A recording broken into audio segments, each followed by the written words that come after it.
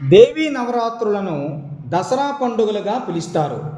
పూర్వపు రోజుల్లో దసరా సెలవులప్పుడు ఉపాధ్యాయులు తమ తమ పాఠశాలలో చదువుకునే బాలబాలికలను వెంట పెట్టుకుని గ్రామంలోని ఇంటింటికి వెళ్ళేవారు. గృహస్థులను ఈ పిల్లలు ఆశీర్వదించేవాళ్ళు. పిల్లలు కొత్త బట్టలు వేసుకుని చేతుల్లో విల్లంబులు పట్టుకొని అయ్యవారి వెంట వెళ్ళేవారు. ఈ అంబులను గిలకలు అంటారు. వీటిని సంధించి వదిలితే ఎదుటివారి మీద పువ్వులు ఆకులు పడేవి. బడి పిల్లలు అలా సరదాగా ఆనందంగా ఊరంతా తిరుగుతూ పాటలు పద్యాలు పాడేవారు. వీటిని దసరా పద్యాలు అంటారు. దసరా పద్యాలు చాలా సులభంగా వీణులకు విందుగా ఉంటాయి.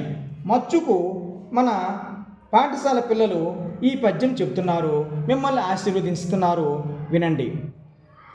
శ్రీరస్తు విజయోస్తు దీర్ఘాయురస్తు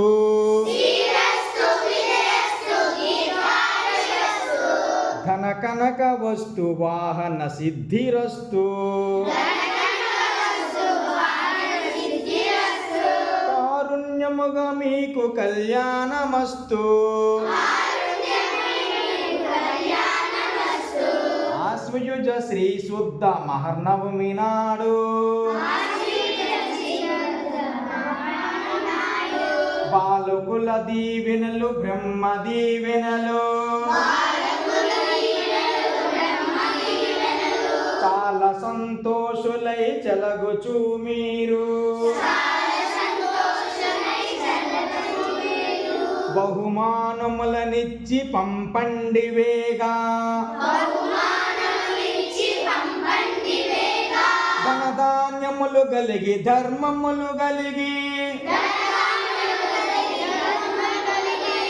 పుడము వర్ధిల్లండి పుణ్యములు కలిగి కొడుకులు కోడండ్లు కొమరప్పగలిగి మనుములకు మనుములకు మనమల్లు గలిగి బంధుజాలంబుల ప్రఖ్యాతి గలిగి మీ కీర్తి ధరలోన మేటి అయిదనరా వెయ్యూరులేమైన వేడేది లేదు